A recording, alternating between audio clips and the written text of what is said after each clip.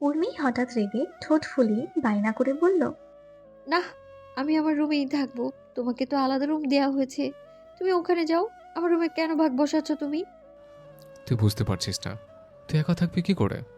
আমি পারবো থাকতে, তুমি তোমার রুমে যাও তো। এখানে কিন্তু ভূত আছে। উর্মি এবার কিছুটা ঘাবড়ে যায়, কিন্তু পরক্ষণেই বলে ওঠে, আমি ভূতে ভয় পাই না, আমি এখন বড় হয়ে গেছি না। হুম। সত্যি ভয় পাবে না তো? আমি কিন্তু গেলাম, পরে ডাকলেও আসবো না কিন্তু। হ্যাঁ, যাও যাও, ভয় পাই না আমি। রওশন যেতে যেতে একবার উর্মির দিকে তাকায়।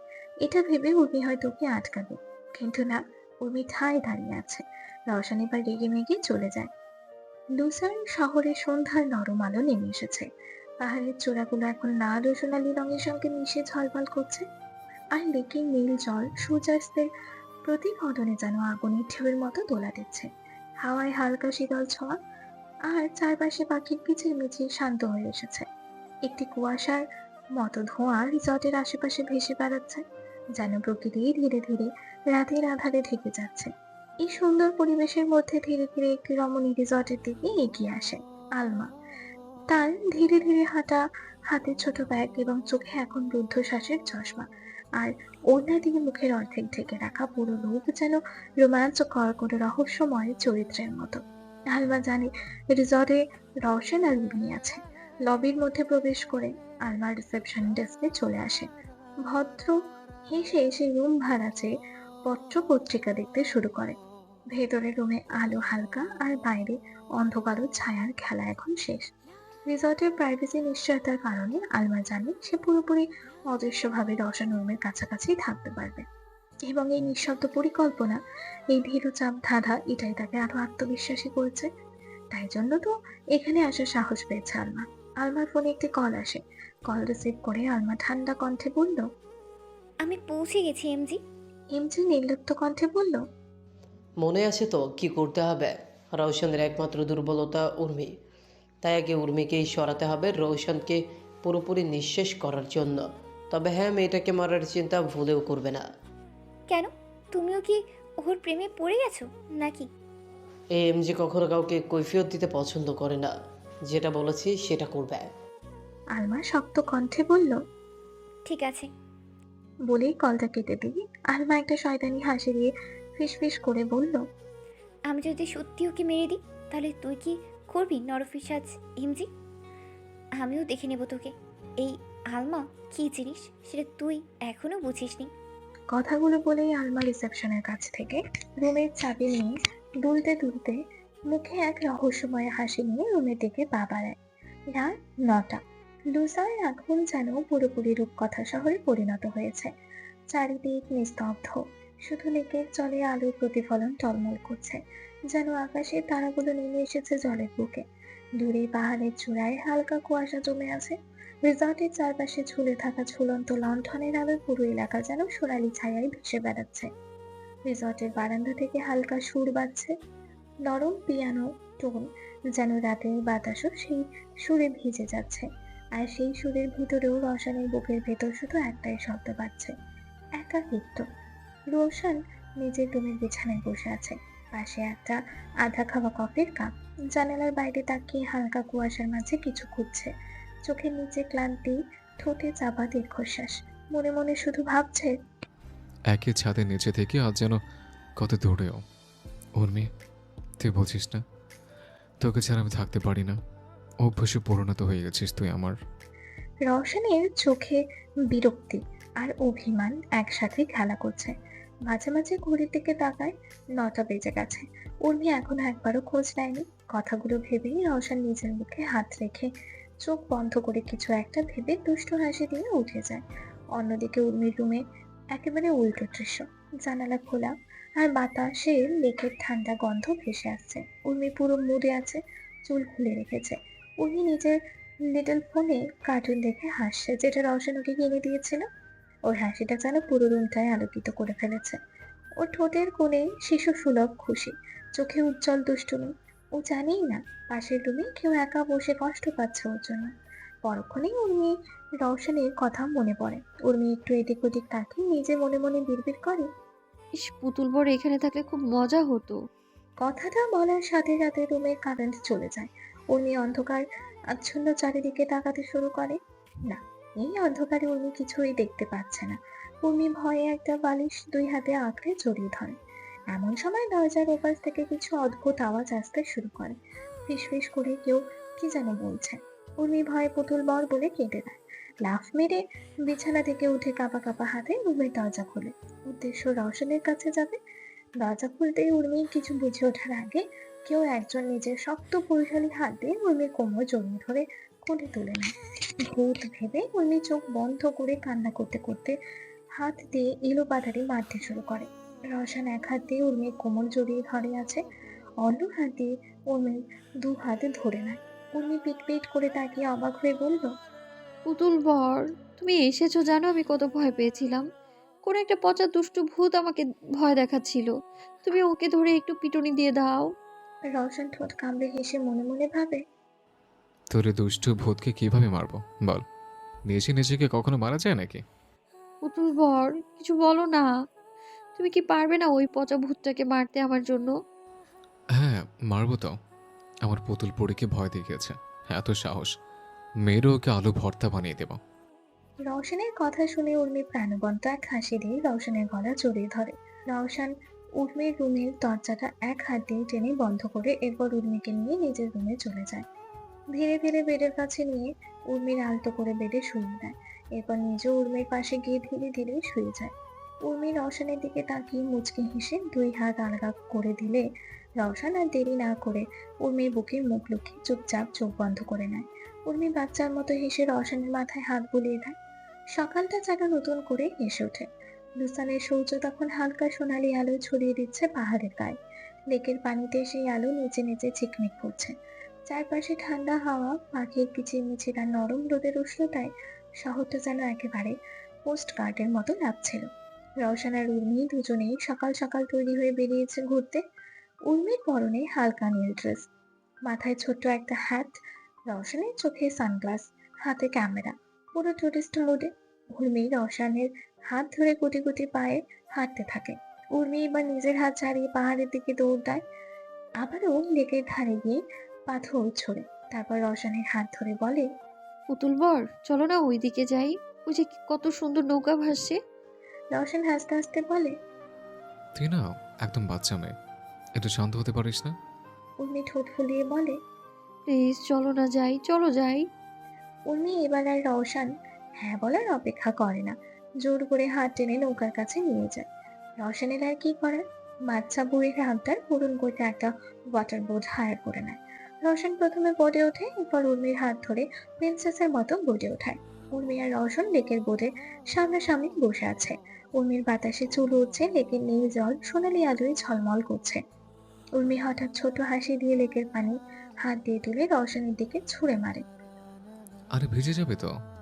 রওশন হেসে বলল, আর হাত দিয়ে হালকা ঝাঁপ দিয়ে পানি আটকানোর চেষ্টা করলো। রওশনকে এমন করতে দেখে উর্মি খুব মজা পায়। এরপর তারা কেবল কারে ওঠে। পাহাড়ের চূড়া থেকে নিচে তাকিয়ে উর্মির চোখে ভয় আর বিস্ময়ের মিশ্র চাহনি। উর্মি ভয়ে পাশে বসে থাকা রওশনকে চাপ দিয়ে জড়িয়ে ধরে চোখ বন্ধ করে দোয়াদুড়ি পড়তে শুরু করে। রওশন দাঁতে দাঁত চেপে বলল, এখনো তো ভয় পাচ্ছিস কেন? ওঠার জন্য তো পাগল হয়ে যাচ্ছিলে। উর্মি ঠোঁট পাকিয়ে কেঁদে বলল, আমার ভয় করছে, আর তুমি আমায় বকা দিচ্ছ। আমি কথাই বলবো না তোমার সাথে, যাও। হয়েছে হয়েছে, আমি আছি তো, ভয় পাস না। একটা মৃদু বাতাস বয়ে যায়, উর্মির চুল উড়ে এসে রওশনের মুখে লাগে। দুজনেই কিছুক্ষণের জন্য চুপ করে যায়, যেন মুহূর্তটা থেমে থাকে শুধু তাদের জন্যই। রওশন আলতো করে উর্মির চুলগুলো কানের নিচে গুজে দেয়। উর্মি কাঁপা কাঁপা ঠোঁটে রওশনের দিকে তাকায়। রওশন উর্মির ঠোঁটে স্লাইড করতে করতে বলল, আচ্ছা, কি নেশায় ফেলেছিস তুই আমাকে? সে ছোট্ট থেকে তুই আমাকে আজ পর্যন্ত পাগল রেখেছিস তোর নেশায়। অনেক কষ্টে তো নিজেকে সামলেছিলাম, অনেক কষ্টে নিজেকে বুঝিয়েছিলাম। নিজেকে বিশ্বাস কর, নিজের অনুভূতিগুলোকে সে 8 বছর আগেই মনে ধামাচাপা দিয়েছিলাম, কেন জানি। কারণ তোর আমার এক হওয়া আকাশ পাতালে এক হওয়ার মতো অসম্ভব ছিল। কিন্তু দেখ, জন্মের আগে থেকে উপরওয়ালা তোকে আমার ভাগ্যে রেখেছিল, সেজন্য তুই আজ আমার সাথে। কথাগুলো বলে রওশন উর্মির হাত ধরে ধীরে ধীরে তুলে আলতো করে ঠোঁট ছুঁয়ে চুমু খায়। উর্মি এতক্ষণ রওশনের কথাগুলো মনোযোগ সহকারে শুনেছে, তবে বুঝে আসেনি কিছু। উর্মি বিস্ময়ের চোখে ড্যাব ড্যাব করে তাকিয়ে বলে ওঠে, আমি সত্যি কিছু করিনি পুতুল বর, তুমি আমায় ভুল বুঝছো। আমি তো ভালো মেয়ে, পচা মেয়ে না তো আমি। রওশন কিছু না বলে উর্মির ঘাড়ে মুখ ডুবিয়ে দেয়। উর্মি হঠাৎ কেঁপে ওঠে। উর্মি কাঁপা কাঁপা হাতে রওশনের শার্ট খামচে ধরে। রওশন উর্মির গলায় মুখ ডুবিয়ে পাগলের মতো চুমু খেতে থাকে। উর্মির চোখ, মুখ, গলায় রওশন অনবরত একের পর এক চুমু খেয়েই যাচ্ছে। উর্মি কোনো বাধা দেয় না, বরং দাঁত কামড়ে সব সহ্য করতে থাকে। রওশন এর মধ্যে উর্মির মধ্যে পুরোপুরি মত্ত হয়ে গেছে। এমন সময় বিশাল শব্দে রওশনের হুঁশ ফেরে। ওদের কেবল কারটা প্রায় নিচে নেমে এসেছে। রওশন বিরক্তিতে নাক মুখ কুঁচকে ফেলে। উর্মি অবাক হয়ে রওশনের দিকে তাকিয়ে জিজ্ঞেস করে, কি হয়েছে পুতুল বর? কিছু না পুতুল পড়ে, চল, এবার নামার সময় হয়ে গেছে। ও আচ্ছা। কেবল কার নিচে নামলে রওশন এবং উর্মি নিচে থেকে ফিটফাট করে বাইরে বেরিয়ে আসে। দুজনে নিচে নেমে আসে। উর্মি হাঁপ ছেড়ে বাঁচে।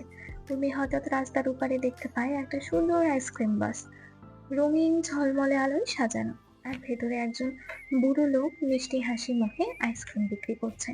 উর্মির চোখ চকচক করে ওঠে। পুতুল বর, আমি ওই আইসক্রিম খাবো। রওশন মৃদু হেসে বলে। ঠিক আছে, তুই এখানে দাঁড়া, আমি নিয়ে আসছি। উর্মি হেসে মাথা নাড়ে। রওশন রাস্তা পার হয়ে যায়, হাতে কিছু কয়েন নিয়ে আইসক্রিম কিনছে। ঠিক তখনই হালকা বাতাস বয়ে যায়। চারপাশে মানুষের কোলাহল, পাখির ডাক, সবই স্বাভাবিক। কিন্তু কয়েক মিনিট পরে রওশন ফিরে তাকায়, অবাক হয়ে যায়। উর্মি সেখানে নেই। রওশন কিছুটা অবাক হয়ে আইসক্রিম নিয়ে রাস্তা পার করে এপাশে আসে। উর্মি ঠিক এই ল্যাম্পপোস্টের নিচে দাঁড়িয়েছিল, কিন্তু সেই জায়গাটা এখন ফাঁকা। রওশনের চোখ বড় হয়ে যায়, ঠোঁট শুকিয়ে আসে। হাতে ধরা আইসক্রিম গলে পড়তে থাকে মাটিতে। উর্মি, উর্মি! রওশনের কণ্ঠ কেঁপে ওঠে। রাস্তা পেরিয়ে ছুটে আসে। এই দিক ওই দিক তাকায়, কোথাও নেই। চারপাশে লোকজন হাঁটছে, কেউ হাসছে, কেউ ছবি তুলছে, কিন্তু রওশনের পৃথিবী যেন মুহূর্তে অন্ধকার হয়ে গেছে। রওশন প্রত্যেক পথচারীকে ধরে ধরে জিজ্ঞেস করতে শুরু করে, একটা মেয়ে দেখেছেন? ছোট চুল, নীল পোশাক, হাসছিল একটু আগে এখানে ছিল। লোকজন কেউ মাথা নাড়ে, কেউ বলে না, কেউ অবাক চোখে তাকায়। রওশনের চোখে তখন ভয়ের ছাপ, বুকের ভেতর কাঁপুনি, ঘাম ঝরছে কপাল বেয়ে, নিঃশ্বাস ভারী হয়ে আসছে। রওশন আবারও দৌড়ে রাস্তার ধারে যায়, লেকের পাশে খোঁজে, দোকানের পেছনে তাকায়, এমনকি কাছের শিশুদের খেলার জায়গাতেও গিয়ে দেখে। কোথাও উর্মি নেই। রওশনের মুখ শুকিয়ে গেছে, কণ্ঠ ভারী হয়ে গেছে। উর্মি, তুই কই গেলি? রওশন স্থানীয় পুলিশের সাথে দেখা করে। প্রথমেই তারা রওশনকে নিয়ে সিসিটিভি ফুটেজ চেক করতে যায়। সিসিটিভি ফুটেজ দেখে মুহূর্তের মধ্যে রওশনের রাগ তরতর করে বেড়ে যায়।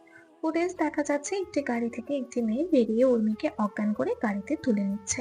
তবে মেয়েটির মুখে ওড়না দিয়ে ঢাকা, চোখে সানগ্লাস, চেনার কোনো উপায় নেই। রওশন দাঁতে দাঁত চেপে বিড়বিড় করে বলল, ছাড়বো না। আমার পুতুল পরীকে যে আমার থেকে আলাদা করার চেষ্টা করবে, তাকে পৃথিবী থেকে আউট করে দেব। কথাটা বলেই রওশন ফোনে হারুনের নাম্বার ডায়াল করতে বেরিয়ে আসে। কল রিসিভ হতে রওশন হারুনকে কল করে। কল রিসিভ হতে রওশন বিদ্যুৎ গতিতে তাড়াহুড়ো করে বলল, হারুন, একটা গাড়ির নাম্বার পাঠাচ্ছে, ইমিডিয়েটলি গাড়িটাকে ট্র্যাক কর। কাজ হয়ে যাবে। রওশন কল কেটে দিতে পুলিশ অফিসার তড়িঘড়ি করে এসে বলল, চিন্তা করবেন না স্যার, আমরা যে করেই হোক মেয়েটাকে খুঁজে বের করব। আপনি নিশ্চিন্তে থাকুন। রওশন পুলিশ অফিসারের দিকে তাকিয়ে মাথা নাড়িয়ে হনহন করে চলে যায়। রওশন জানে পুলিশ তার নিজের কাজ করবে, কিন্তু রওশন তো আর চুপচাপ বসে থাকতে পারবে না। উর্মিকে কে নিয়ে গেছে, কেন নিয়ে গেছে, সেই সব জেনে জানা কিংবা বোঝার দরকার নেই রওশনের। রওশন শুধু এটা জানে মেয়েটি উর্মি মানে রওশনের কলিজাকে ওর কাছ থেকে নিয়ে গেছে। তাই ওই মেয়েটার একমাত্র যোগ্য শাস্তি মৃত্যু। রওশন নিজের হাতে ওকে খুন করবে আজ, ঠিক যেভাবে প্রিয়াকে করেছিল। রওশন তড়িঘড়ি করে এসে গাড়ির দরজা খুলে ড্রাইভিং সিটে বসে গাড়ি স্টার্ট দেয়। উর্মির জ্ঞান ফিরতে পিটপিট করে চোখ মেলে নিজেকে একটি চলন্ত গাড়ির ড্রাইভিং সিটের পাশের সিটে আবিষ্কার করে। উর্মির মাথাটা এখনো ঝিমঝিম করছে। উর্মি মাথায় হাত দিয়ে পাশে তাকায়। ড্রাইভিং সিটে আলমাও বসে আছে। আলমা আপন মনে গাড়ি চালাচ্ছে, ঠোঁটে এক শয়তানি হাসি। উর্মি কিছুটা অবাক হয়ে শব্দ করে জোরে বলল, তুমি তুমি এইখানে? তুমি আমাকে কোথায় নিয়ে যাচ্ছ? আলমা বিরক্তি নিয়ে উর্মির দিকে তাকায়, জোরপূর্বক একটি হাসি দিয়ে বলল, আরে উর্মি, আমি তো তোর আলমা আপু। চিনতে পারছিস না নাকি আমাকে? তুমি আমায় কোথায় নিয়ে যাচ্ছ? আকাশে। তোর অনেক শখ ছিল না আকাশে ঘুরতে যাবি? আজ সেই শখটা আমি পূরণ করে দেব। কথাটা আলমা গাড়ি চালাতে চালাতে হেসে বলল। উর্মি মুখ ফুলিয়ে আলমাকে উদ্দেশ্য করে বলল, গাড়ি থামাও আপু, আমি আমার পুতুল বাড়ির কাছে যাব। পুতুল বর বলেছে তুমি পচা, তোমার সাথে কথা বলতে নিষেধ করেছে। ও আচ্ছা, তাই নাকি? হ্যাঁ, তুমি গাড়ি থামাও। তবে আলমা উর্মির কথায় পাত্তা না দিয়ে গাড়ি চালাতে থাকে। পাহাড়ের আঁকাবাঁকা রাস্তা দিয়ে আলমা গাড়ি নিয়ে পাহাড়ের উপরের দিকে যেতে থাকে। আলমাকে গাড়ি থামাতে না দেখে উর্মি এবার রেগে যায়। উর্মি এবার চলন্ত গাড়ি থামানোর জন্য গাড়ির স্টিয়ারিং ধরে ফেলে। এলোপাতাড়ি হাত পা ছুড়ে আলমাকে মারতে থাকে, চুল টেনে ধরে। আলমা পাগলের মতো হাসছে, এক হাত দিয়ে ড্রাইভিং করছে আর অন্য হাত দিয়ে উর্মির চুল টেনে ধরে ধাক্কা দিয়ে ফেলে দেয়। উর্মির মাথা সোজা গাড়ির জানালার সাথে গিয়ে লাগে। মাথার কোণ ফেটে রক্ত বেরিয়ে আসে। উর্মি রক্ত দেখে ঠোঁট ফুলিয়ে কেঁদে বলে ওঠে, তুমি আসলেই পচা আপু। তোমার জন্য আমার কেটে গিয়েছে, রক্ত বের হচ্ছে। আমি পুতুল বরকে নালিশ করে দেব।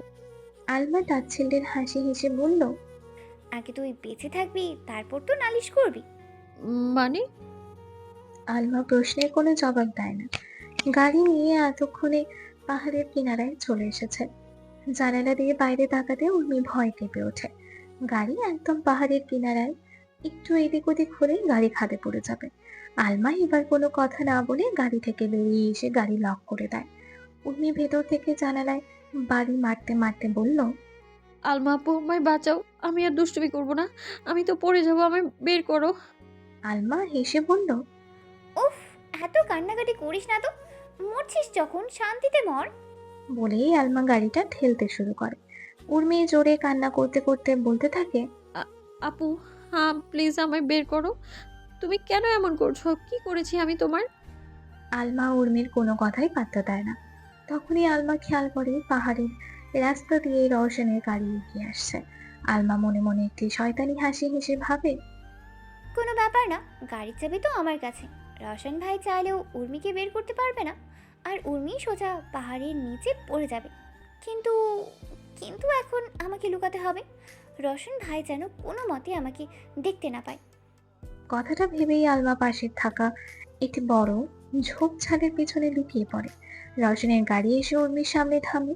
উর্মি গাড়ির ভিতর থেকে রওশনকে দেখে জোরে জোরে ডাকতে শুরু করে।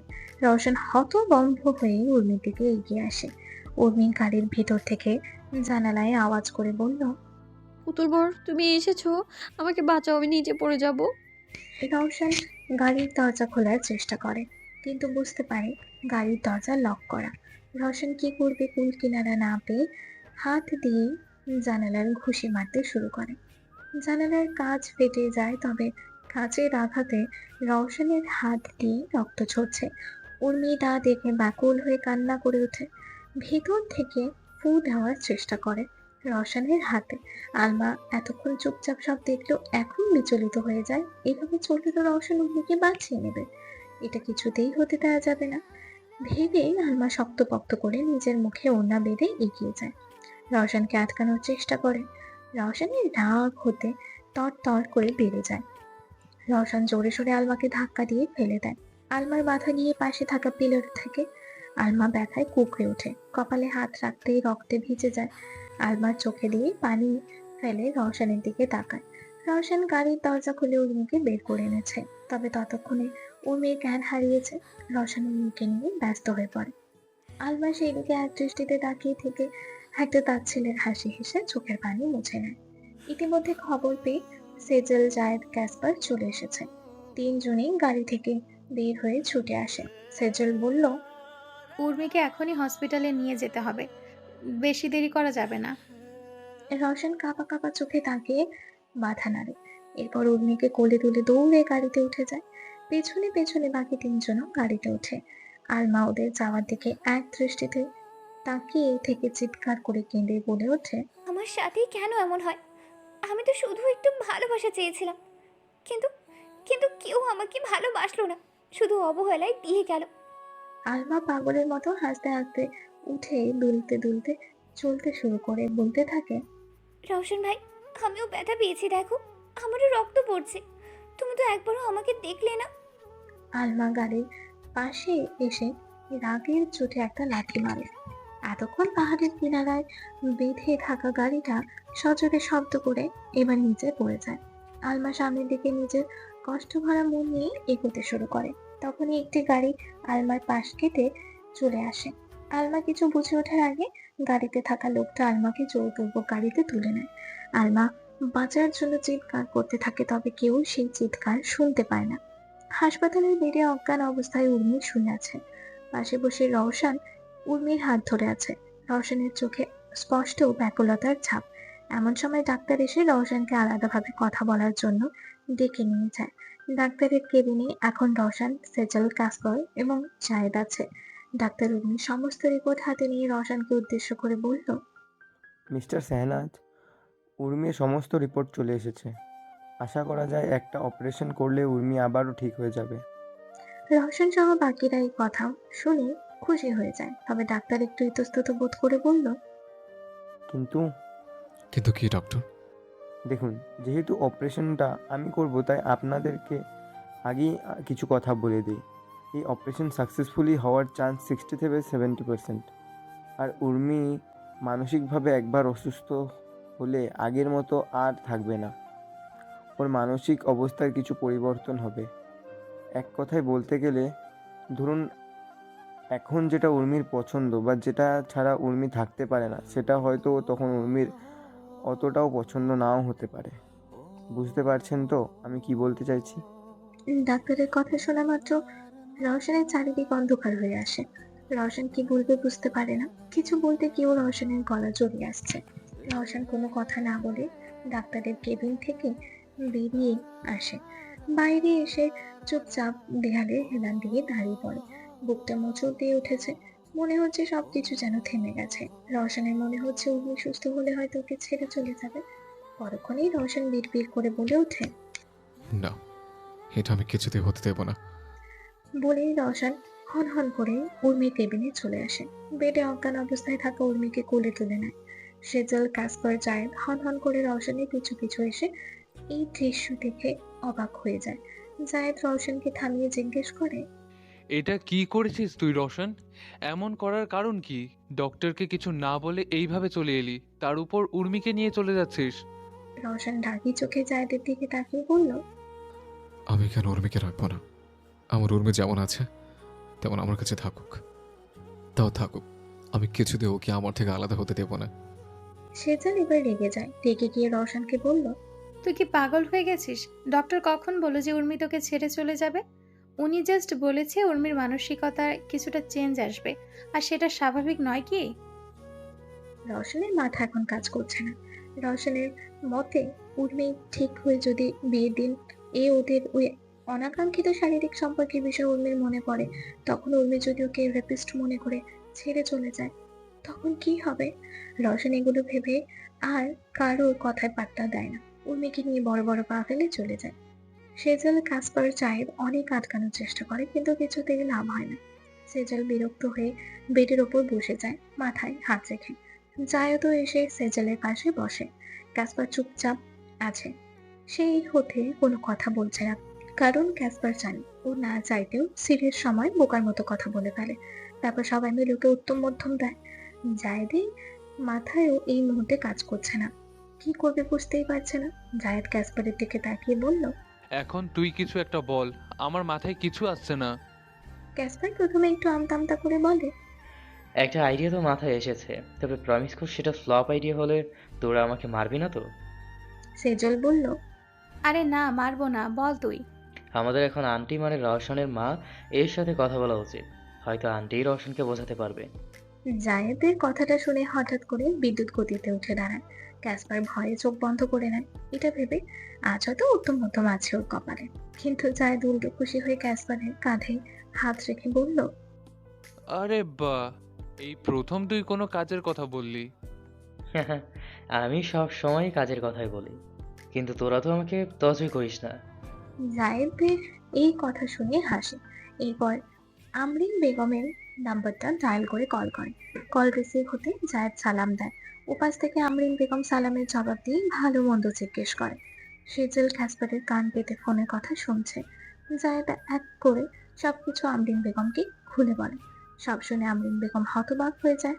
রওশন চৌধুরীর জন্য এতটা পাগল তা আমরিন বেগমের ধারণা ছিল না। আমরিন বেগম আশ্বাসের স্বরে বলল, চিন্তা করো না জায়েদ বাবা, আমি আমার রওশানকে বুঝিয়ে বলবো। হ্যাঁ আন্টি, একটু ভালো করে বুঝিয়ে বলুন। রোশন কারোর কথাই শুনতে চাচ্ছে না। আমরা অনেক বোঝানোর চেষ্টা করেছি, তাও বুঝলো না। আচ্ছা, আমি এক্ষুনি ওকে কল করছি, তোমরা নিশ্চিন্তে থাকো। জি আন্টি।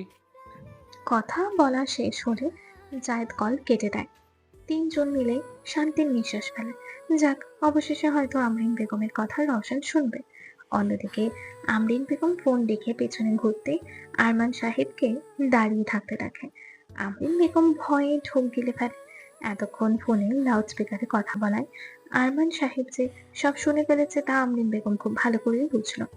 আরমান কিছু না বলে চলে যেতে থাকলে আমরিন বেগম তাকে আটকিয়ে আকুতির স্বরে বলল, ভাই, আমার ছেলেটা আপনার মেয়েকে বড্ড ভালোবেসে ফেলেছে, এজন্য এমনটা করেছে। তবে আপনি চিন্তা করবেন না, আমি নিজের রওশনকে বুঝিয়ে বলবো। এর কোনো দরকার নেই। আমি নিজেই সুইজারল্যান্ডে যাব, আমার মেয়ের অপারেশন হবে, আর আমি ওখানে যাব না। রোশন আমাকে কি করে আটকায় তা আমি দেখব। আমরিন বেগম এবার হাত জোড় করে আরমান সাহেবের কাছে অনুরোধ করে বলল, ভাই, আর যাই করুন না কেন, আমার ছেলেটার থেকে উর্মিকে আলাদা করবেন না। উর্মিকে ছাড়া আমার ছেলেটা বাঁচতে পারবে না, ও মরে যাবে। আরমান সাহেব কিছুক্ষণ আমরিন বেগমের দিকে তাকিয়ে কিছু না বলে হনহন করে চলে যায়। আমরিন বেগম সেদিকে তাকিয়ে শাড়ির আঁচলে মুখ ঢেকে কান্নায় ভেঙে পড়ে। রওশনের ফ্ল্যাটের ভেতরে এখন গভীর রাত। মৃদু আলোয় আরামদায়ক বিছানায় জ্ঞান ফিরেছে উর্মি। রওশন ওকে কোলে করে হাসপাতাল থেকে সোজা বাড়িতে নিয়ে এসেছে। উর্মি চোখ খুলে নিজেকে রওশনের কোলে আবিষ্কার করে। মাথাটা এখনো ভার, তবে আশেপাশে চোখ বুলিয়ে উর্মি রওশনকে দেখে কিছুটা শান্ত হয়। কিন্তু পরক্ষণেই উর্মির চোখ যায় রওশনের হাতের দিকে, যেখানটা গাড়ির কাঁচ ভাঙতে গিয়ে কেটে গিয়েছিল। ব্যান্ডেজ করা থাকলেও সেই ক্ষতস্থান উর্মির চোখে পড়ে যায়। উর্মি ঠোঁট ফুলিয়ে সঙ্গে সঙ্গে কান্না শুরু করে। পুতুল বর, তোমার লেগেছে? আমার আমার জন্য লেগেছে। উর্মি রওশনের সেই কাটা হাতটা ধরে ফোপাচ্ছে। আমি বারবার হাতের দিকে তাকাচ্ছে। উর্মির চোখের জলে রওশনের হাত ভিজে যাচ্ছে। রওশন অত্যন্ত ব্যাকুলতার সঙ্গে উর্মিকে শান্ত করার চেষ্টা করে। আরে পাগলি আমার, এমন কিছু হয়নি তো। সামান্য একটু কেটেছে, তাতে কি হয়েছে? আমি তো ঠিক আছে, দেখ।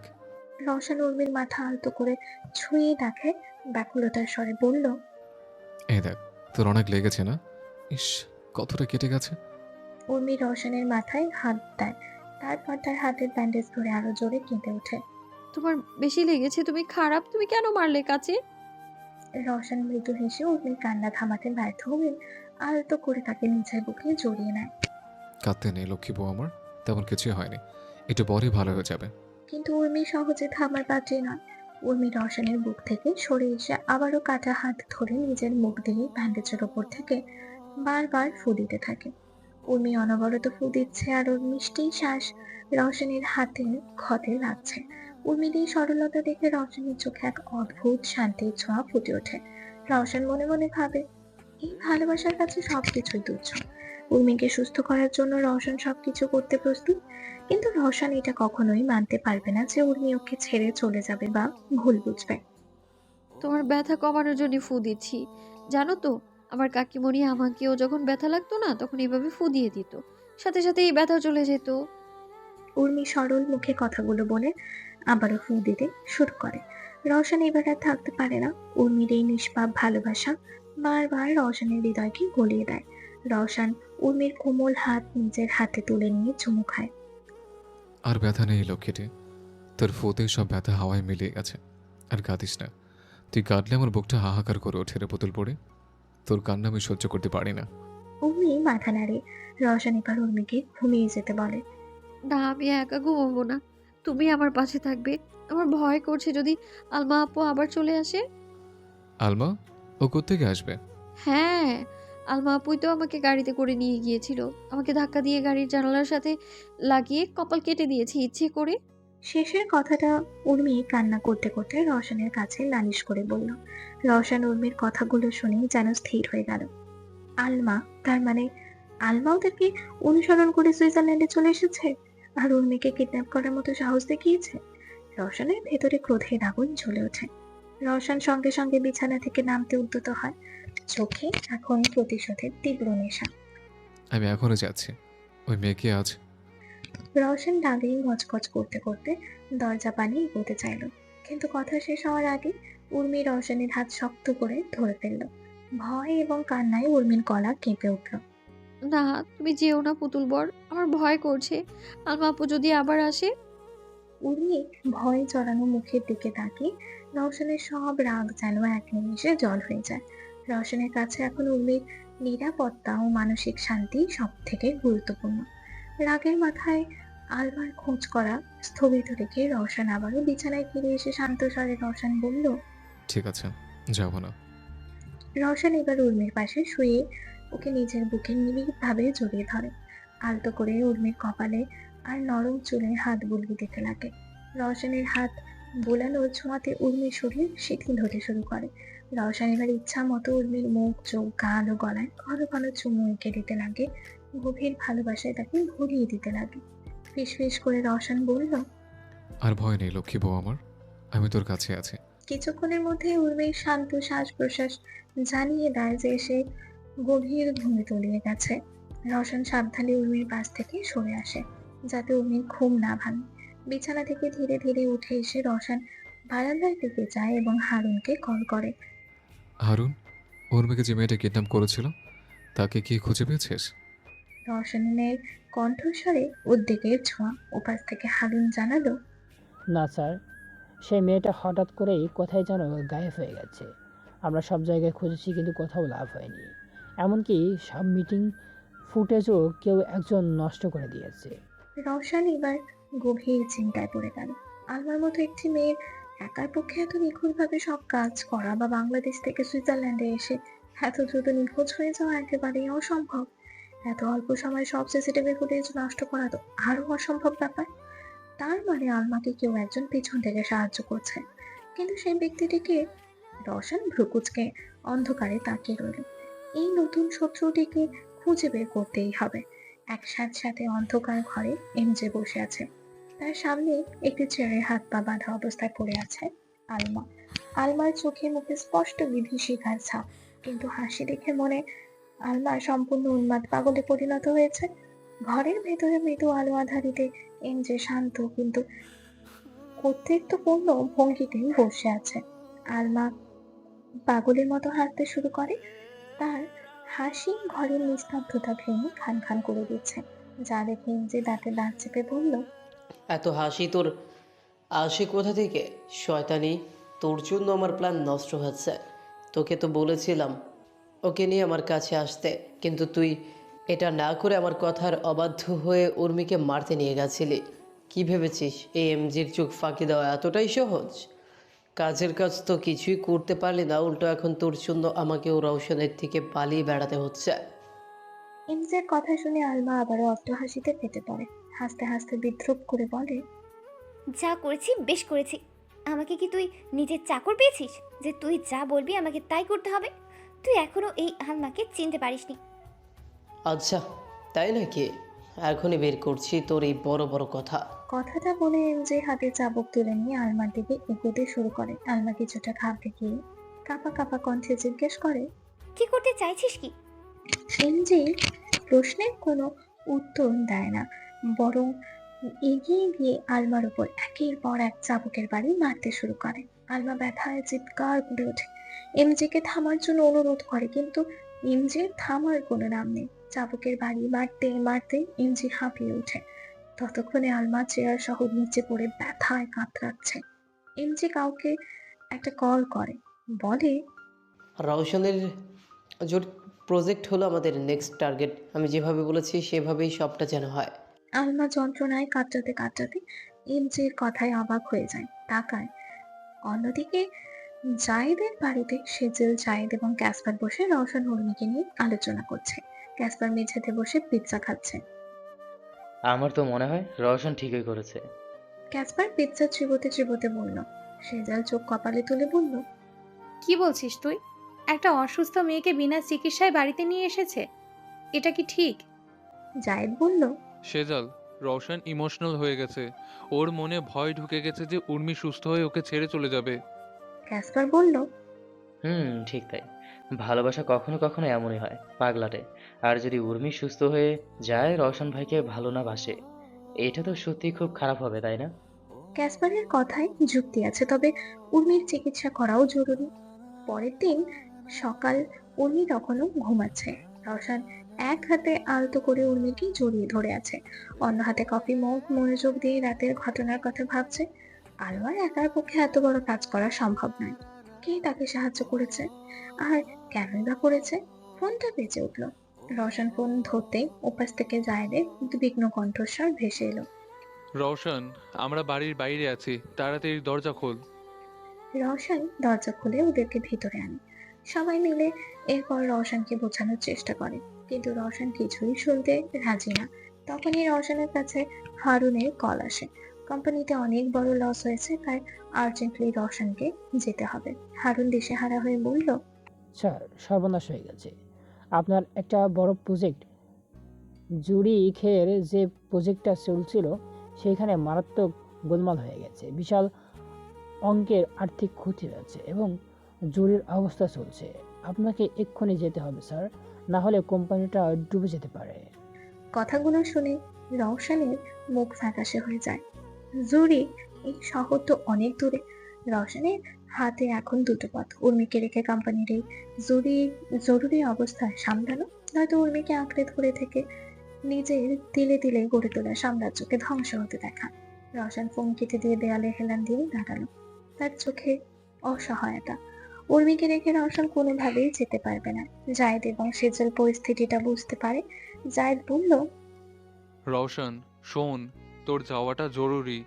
কোম্পানিটা শুধু তোর ব্যবসা নয়, সেটা তোর ভিত্তি। সেইটা টিকিয়ে রাখতেই হবে। আর উর্মি, আমরা আছি।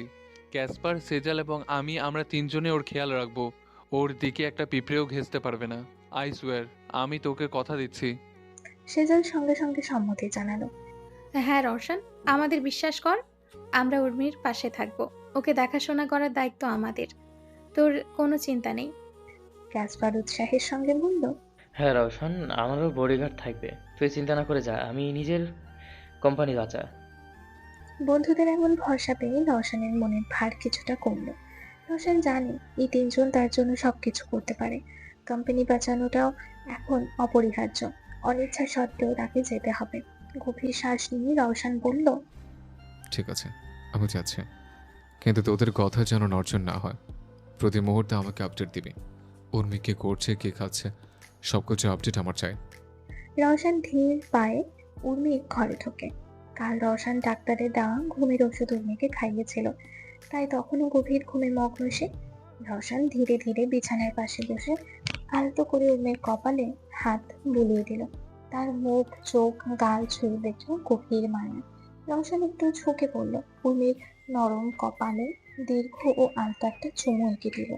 এই চুমুতে ছিল সমস্ত ভালোবাসা, প্রতিশ্রুতি আর একরাশ ভয়। সাবধানে থাকিস, পুতুল পড়ি আমার। আমি দ্রুত ফিরে আসবো। রওশন ফিসফিস করিয়ে বলল। চোখের জল লোকানোর জন্য সে দ্রুত ঘর থেকে বেরিয়ে এলো। তার মন মানছিল না উর্মির থেকে এত দূরে অন্য এক শহরে যেতে হচ্ছে তাকে, কিন্তু না গেলে কোম্পানি ডুবে যাবে, আর সেই ধাক্কা সামলানোর ক্ষমতা হয়তো রওশনের থাকবে না। সেই দিনের বিকালেই রওশন জুরিখের ফ্লাইটে উঠল। সেই শহরটা এখান থেকে অনেক দূরে। উর্মিকে একা ফেলে যাওয়ার কষ্ট রওশনের বুকে চেপে রয়েছে। সূর্য ডুবে গেছে।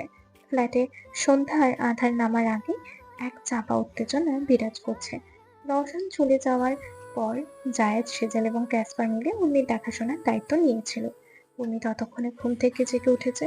রওশন নেই, এই সত্যটা উর্মি কিছুতেই মানতে পারছে না। প্রথমে শান্ত থাকার চেষ্টা করলো, কিন্তু যখন দেখলো রওশন এখনো ফিরছে না, তখন উর্মির ভেতর জমে থাকা ভয় আর নিরাপত্তাহীনতা বাঁধ ভাঙল। পুতুল বর কোথায় গেল? পুতুল বর বলেছিল আমার পাশে থাকবে। উর্মি বাচ্চাদের মতো হাউমাউ করে কেঁদে ওঠে। বিছানা থেকে নেমে এলোমেলো পায়ে ঘরের এদিক ওদিক খুঁজতে লাগে। সেজল এগিয়ে এসে উর্মির হাত ধরলো। কিউটি পাই, রওশন জরুরি কাজে গেছে, খুব তাড়াতাড়ি ফিরে আসবে। দেখো আমরা আছি তো। তোমরা নও, আমার শুধু পুতুল বরকে লাগবে। উর্মি সেজলের হাত ছাড়িয়ে দিল। ওর কান্নার আওয়াজ ফ্ল্যাটে প্রতিধ্বনিত হচ্ছিল। ক্যাসপার দ্রুত রান্নাঘর থেকে এক গ্লাস পানি এনে দিল। ভাবি, এই নাও পানি খাও। প্লিজ এমন করো না। রওশন ফিরলে যদি দেখে তুমি কাঁদছো তাহলেও আরো কষ্ট পাবে। জায়েদ শান্তভাবে উর্মির পাশে বসে তার মাথায় হাত বুলিয়ে দিতে লাগলো। দেখো, আমি বলছি, রওশন তোমাকে ছেড়ে যায়নি, তুমি ভুল বুঝছো। তোমাকে একটু শান্ত হতে হবে, প্লিজ। কিন্তু উর্মি কিছুতেই শান্ত হওয়ার পাত্রী নয়। সে মেঝেতে বসে পড়ে ফুপিয়ে কাঁদতে শুরু করলো, যেন পৃথিবীর সবচেয়ে বড় ক্ষতি তার হয়ে গেছে। ঠিক সেই মুহূর্তে ফ্ল্যাটের কলিং বেল বেজে উঠলো। তিনজনের কেউই আশা করেনি এই অসময়ে কেউ আসবে।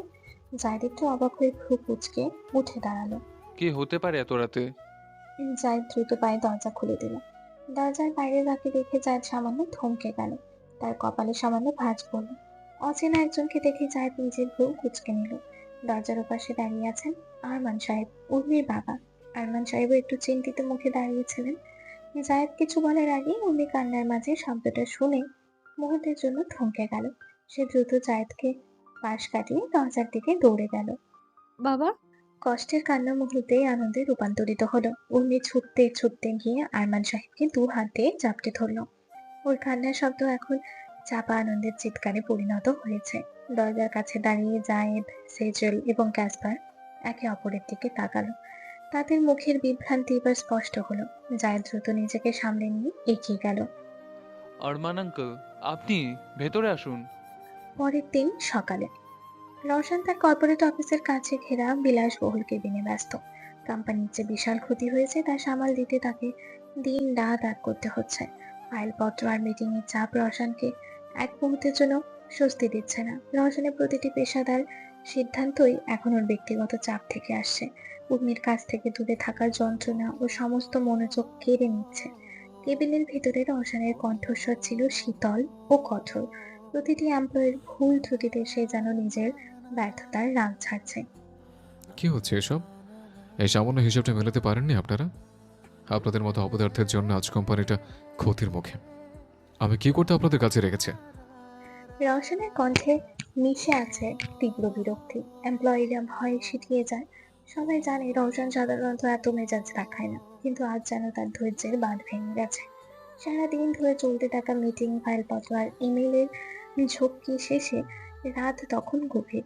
রওশন ক্লান্তিতে চেয়ারের সঙ্গে গা এলিয়ে চোখ বন্ধ করে নেয়। ও সমস্ত শরীর যেন বিদ্রোহ করছে। এই মুহূর্তে রওশনের শুধু উর্মির কোলে মাথা রেখে ঘুমোতে ইচ্ছে করছে।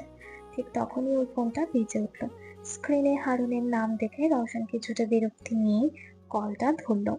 বল হারুন, জরুরি কিছু না হলে আমাকে এখন বিরক্ত করিস না। হারুনের কণ্ঠস্বর ছিল চাপা এবং উত্তেজিত। স্যার, এটা ভেরি ভেরি ইম্পর্টেন্ট খবর। কিসের ইম্পর্টেন্ট খবর? উর্মি কেমন আছে? ওর কিছু হয়নি তো?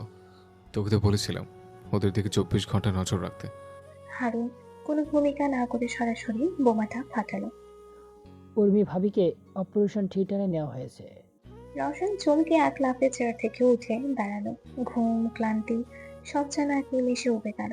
রওশনের চোখে রাগ ও আতঙ্কে লাল হয়ে উঠেছে। সে দাঁতে দাঁত চেপে বলল, কি আলতু ফালতু বকছিস? মাথা খারাপ হয়েছে নাকি?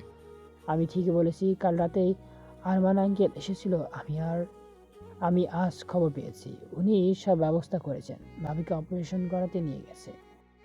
রওশনের মাথা ঘুরতে শুরু করে।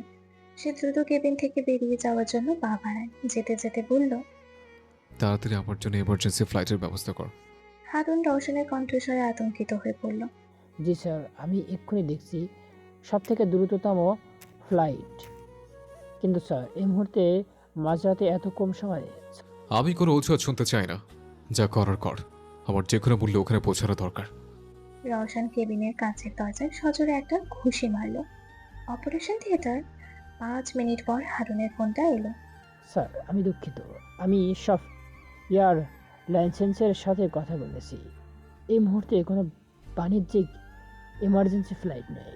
ট্রানজিট ফ্লাইট ধরলে পৌঁছাতে কম করে হলেও 3 ঘন্টা লাগবে স্যার।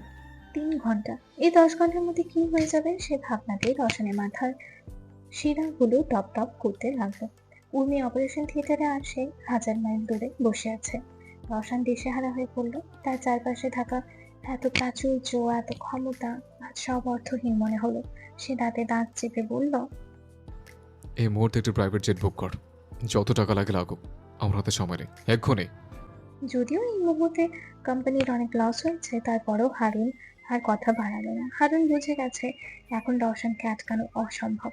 রওশন ফোন দেখে নিজের সুটকেসটাও ধরা প্রয়োজন মনে করলো না। দ্রুত অফিস থেকে বেরিয়ে বিমানবন্দরের উদ্দেশ্যে রওনা হলো। পিছনে পড়ে রইল তার বিশাল সাম্রাজ্য আর জুরিখের ব্যস্ততা। জুরিখ থেকে প্রায় অসম্ভব দ্রুততায় রওশনের প্রাইভেট জেট গন্তব্যে পৌঁছায়, অর্থাৎ জেনেভাতে। মধ্যরাতে জুরিখের প্রচন্ড ঠান্ডা বাতাস ভেদ করে রওশন হসপিটালে পৌঁছায়। রওশনের চোখে রক্তের লাল আভা আর সীমাহীন উদ্বেগ। সমস্ত শরীর রাগে আর আতঙ্কে কাঁপছে। রওশন হসপিটালে প্রবেশ করে প্রায় ছুটে আসে ওয়েটিং রুমের দিকে। সেখানে আরমান সাহেব, জায়েদ, সেজেলার ক্যাসপার বসেছিল।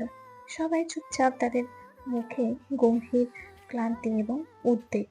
রওশনকে দেখে জায়েদ ও সেজাল দ্রুত উঠে দাঁড়ালো। রওশন তাদের দিকে তীব্র দৃষ্টিতে তাকিয়ে কিছু বলার আগে ক্যাসপার মাথা নিচু করে বলল, রওশন, আমরা তোকে বলতে চেয়েছিলাম।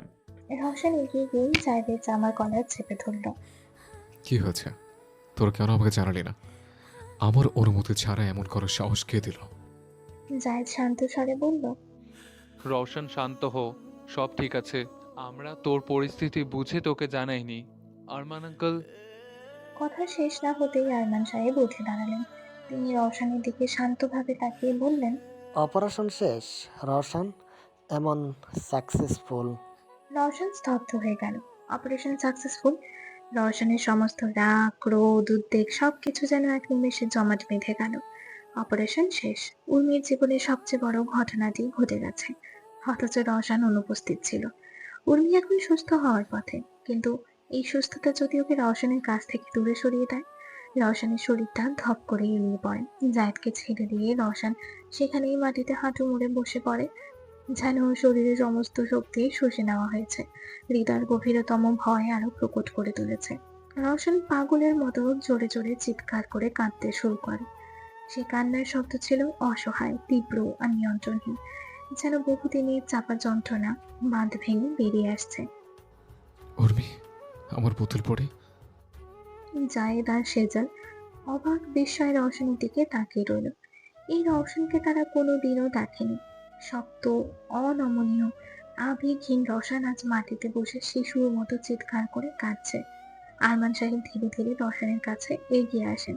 তিনি রওশনের কাঁধে হাত রাখার চেষ্টা করলেন, কিন্তু রওশন তাকে সজোরে সরিয়ে দেন। আমাকে ধরবেন না। আপনি কেন করলেন এসব?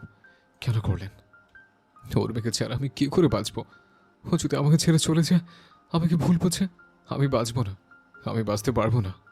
রওশনের সেই আর্তনাদ হসপিটালে বসে থাকা সবার হৃদয়ে যেন ছুরি চালাচ্ছে। রওশন ধীরে ধীরে রিকভারি রুমের দিকে এগিয়ে যায়। জায়েদের আলতো করে দরজা খুলে দেয়। রওশন ভেতরে ঢুকে উর্মির পাশে গিয়ে বসে। ঘরটি শান্ত, কেবল মেশিনের মৃদু শব্দ শোনা যাচ্ছে। একটু পরেই ডাক্তার এলেন। রওশন উদ্বিগ্ন চোখে তার দিকে তাকায়। রওশনের কণ্ঠস্বর শুষ্ক। ডাক্তার, ওর জ্ঞান ফিরতে আর কতক্ষণ লাগবে? ডাক্তার শান্তভাবে বললেন, মিস্টার শাহনাজ, উর্মি এখন ট্রমা ফ্রি, কিন্তু জ্ঞান ফিরতে একটু সময় লাগবে। সম্ভবত আজ রাত কেটে যেতে পারে। মস্তিষ্ককে বিশ্রাম দিতে হবে। তবে চিন্তা করবেন না, অপারেশন সফল হয়েছে। এখন শুধু ওর যত্ন আর সুস্থ পরিবেশ প্রয়োজন। ডাক্তারের কথা শুনে রওশন স্বস্তি পায়, কিন্তু অস্থিরতা কমে না। ডাক্তার চলে যাওয়ার পর রওশন আবারও উর্মির পাশে বসে। উর্মির কোমল হাতটা নিজের হাতের মুঠোয় শক্ত করে ধরে ঝুঁকে পড়ে উর্মির মুখ বরাবর। পুতুল পড়ি, দেখ আমি এসেছি। আমি থাকতে তোর কোনো ক্ষতি হতে দেবো না। আমি খুব ভয় পেয়ে গেছিলাম জানিস, মনে হচ্ছিল আমার বুকটা কেউ ছিঁড়ে নিচ্ছে। রওশন উর্মির কপালে আলতো করে চুমু খায়। রওশনের চোখে আবারও জলে ভরে আসে। হয়তো তুই সুস্থ হয়ে সব কিছু ভুলে যাবি, তুই হয়তো আমাকেও চিনতে পারবি না, কিন্তু তোর কোনো দোষ নেই। তোর স্মৃতি যদি আমাকে মুছে ফেলে তবু আমি তোকে অভিযোগ করবো না, কারণ তুই আমাকে ভুলে গেলেও আমি তোকে আবার আমার ভালোবাসার জালে বেঁধে নেব, আবার তোর পুতুল বড় হব। তুই ঘুমো লক্ষ্মীটি, আমি তোর পাশে আছি। কিছুক্ষণ পর উর্মির পাশে বসে থেকে রওশন বাইরে বেরিয়ে আসে। ডাক্তার বাইরে উর্মির জন্য কিছু ঔষধ আর প্রয়োজনীয় পথ্যের একটি প্রেসক্রিপশন তৈরি করে রেখেছিলেন। রওশন দ্রুত ওষুধগুলো আনার জন্য এগিয়ে যায়। ওয়েটিং রুমে তখন আরমান সাহেব, জায়েদ, সেজল এবং ক্যাসপার সবাই অপেক্ষায় আছে। রওশনকে বাইরে আসতে দেখেই জায়েদ দ্রুত এগিয়ে এলো। রওশন, ওষুধগুলো আমরা এনে দিচ্ছি, তুই একটু বস। আমরা রওশন মাঝপথেই জায়েদকে থামিয়ে দেয়। রওশনের চোখ শীতল, দৃষ্টিতে স্পষ্ট অবিশ্বাস। রওশন দাঁতে দাঁত চেপে বলল, দরকার নেই, আমি নিজেই পারবো, তোদের আর কোনো কিছু দায়িত্ব নিতে হবে না। সেজল চোখে জল চলে আসে।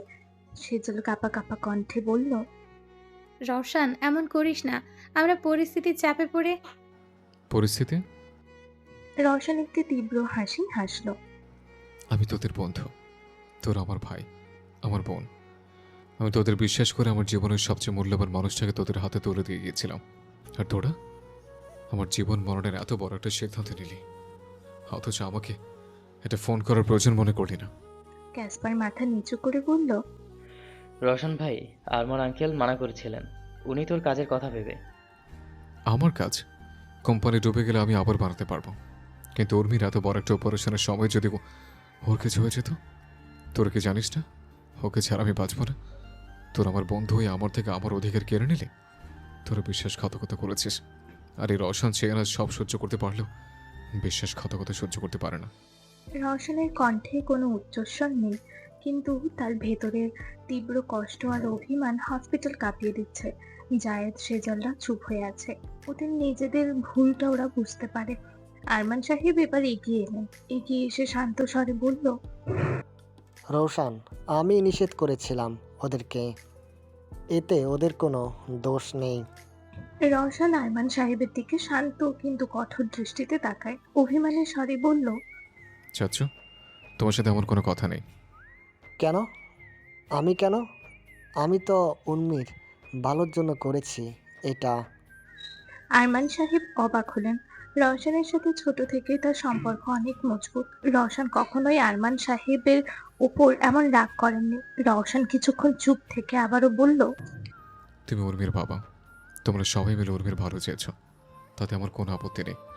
অপারেশন সাকসেসফুল হয়েছে, আমি খুশি, কিন্তু আমার আক্ষেপ অপারেশন নিয়ে নয়। আমার আক্ষেপ আমি কেন উর্মির পাশে থাকতে পারলাম না। ওর জীবনে এত বড় একটা সিদ্ধান্তে কেন আমাকে অনুপস্থিত থাকতে হলো? কেন তোমরা আমাকে উর্মির স্বামী হিসেবে ওর পাশে থাকার সুযোগটুকুও দিলে না? রওশন আর এক মুহূর্তও দাঁড়ায় না। প্রেসক্রিপশনটা হাতে নিয়ে সে দ্রুত হাসপাতাল থেকে বেরিয়ে গেল। তার রাগ ছিল না আরমান সাহেবের ওপর, রাগ ছিল নিজের অনুপস্থিতির ওপর। সেই আক্ষেপের জ্বালাতেই রওশন সব থেকে প্রিয়জনদের কাছ থেকে নিজেকে দূরে সরিয়ে নেয়। আলমা দড়ি দিয়ে বাঁধা অবস্থায় ঝুলছে, হাত এবং পায়ে গভীর ক্ষত, মুখ রক্তে ভেজা। এমজি ওর ওপর এমন অকথ্য অত্যাচার করেছে যে আলমার অবস্থা খুবই খারাপ। কিন্তু আশ্চর্যজনকভাবে আলমা তখনও বিকৃত হাসিতে ফেটে পড়ছে। আলমার সেই হাসি যেন এমজির ক্রোধকে আরো উস্কে দিচ্ছে। আলমার এই উন্মত্ততা দেখে এমজির চোখ শুরু হয়ে আসে। ক্রোধে এমজির চোয়াল শক্ত হয়ে যায়। তুই সত্যি পাগল হয়ে গেছিস, তোর জন্য আমার সব প্ল্যান নষ্ট হচ্ছে। এমজি হাতে চাবুক তুলে আলমারির দিকে এগোতে যাবে, ঠিক তখনই তার ফোনটা বেজে ওঠে। এমজি বিরক্তিতে কলটা রিসিভ করে। ওপাশ থেকে তার একজন লোক ফিসফিস করে কিছু জানায়। এমজির চোখ দুটো উজ্জ্বল হয়ে ওঠে। এমজির মুখে ফুটে ওঠে এক কুটিল হাসি। কি বললি? উর্মি এখন হসপিটালে, অপারেশন হয়েছে? এমজি আলমার পাশ থেকে সরে এলো। দারুণ, এবার সব কিছু আমার হাতের মুঠোয়। এমজি দ্রুত ফোনটা কেটে দেয়। এমজি আলমার দিকে একবারও না তাকিয়েই দরজার দিকে এগোতে লাগে। এমজি দ্রুত আস্তানা থেকে বেরিয়ে যায়। দড়ি দিয়ে ঝুলন্ত আলমা সব শুনেছে। উর্মি অপারেশন হয়েছে, উর্মি সুস্থ হয়ে যাবে। রওশন আর উর্মি এবার সুখে সংসার করবে, এটা আলমা কিছুতেই মানতে পারবে না। যদি আলমা নিজে সুখে না থাকতে পারে তবে কাউকেই সে সুখে থাকতে দেবে না। আলমার ভেতরের হিংসা ও পাগলামি আবারও জেগে উঠল। আলমা নিজের শরীরের সমস্ত শক্তি এক করে ঝুলন্ত অবস্থায় হাতের বাঁধনটি আলগা করার চেষ্টা করতে লাগে। আলমার হাতের চামড়া ছিঁড়ে রক্ত বের হতে লাগে, কিন্তু হাল ছাড়ে না। একসময় আলমা সফল হয়। মাটিতে ধপাস করে পড়ে গিয়েও আলমা মুহূর্তের মধ্যে উঠে দাঁড়ায়। ব্যথায় কাতরালেও আলমার চোখে এখন শুধু প্রতিশোধের আগুন। আলমা কোনো মতে আস্তানা থেকে বেরিয়ে হাসপাতালের দিকে ছুটে যেতে থাকে। হাসপাতাল, জেনেভা। আলমা হাসপাতালের কাছে পৌঁছে গেছে। উর্মির কেবিনে ঢোকা এত সহজ নয়।